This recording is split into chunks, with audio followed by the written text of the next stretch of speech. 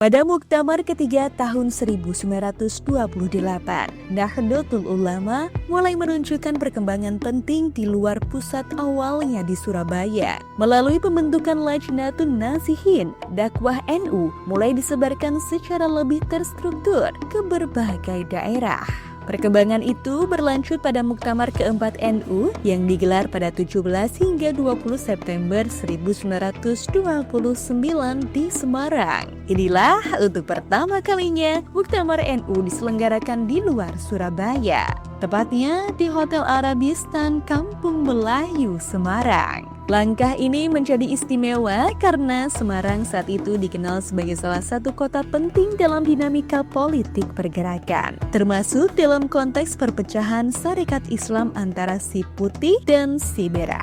Kegiatan utama Muktamar berlangsung di Hotel Arabistan, sementara rapat umum dan penutupan digelar di kawasan alun-alun Masjid Kauman atau Masjid Besar Semarang. Kehadiran ribuan warga dan peserta Muktamar menunjukkan besarnya daya tarik NU di tengah masyarakat. Muktamar ini dihadiri 1.450 peserta, terdiri dari para kiai, penggawal kiai, dan pengurus tanfiziyah.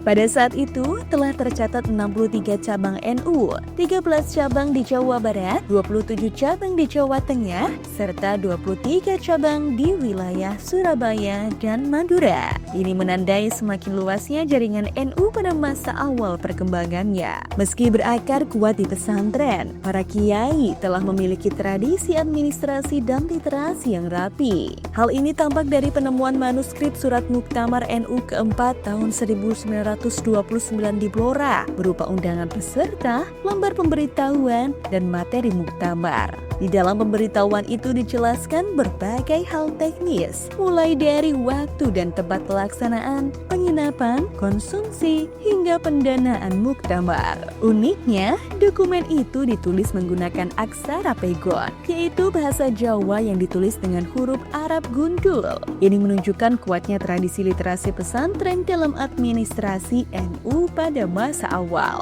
Dalam bidang pendidikan, Muktamar keempat sering dikaitkan dengan cikal bakal perhatian NU terhadap lembaga pendidikan Ma'arif. Sejumlah riwayat menyebut gagasan Ma'arif mulai dibawa dalam Muktamar Semarang 1929.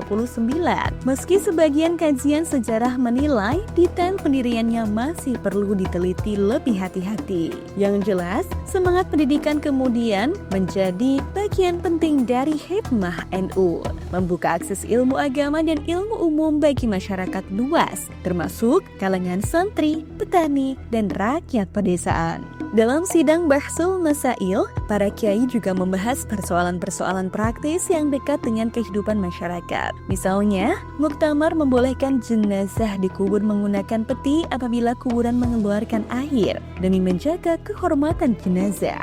Para kiai juga membahas hukum mendirikan sholat Jumat dengan jumlah jamaah kurang dari 40 orang, sebuah persoalan penting bagi umat Islam yang tinggal di daerah dengan komunitas kecil. Di bidang ekonomi, para kiai membahas persoalan gadai dan pemanfaatan barang gadaian, termasuk hukum ketika penerima gadai mengambil manfaat setelah akad gadai selesai. Ini menunjukkan perhatian NU terhadap praktik ekonomi masyarakat kecil. Muktamar keempat di Semarang tahun 1929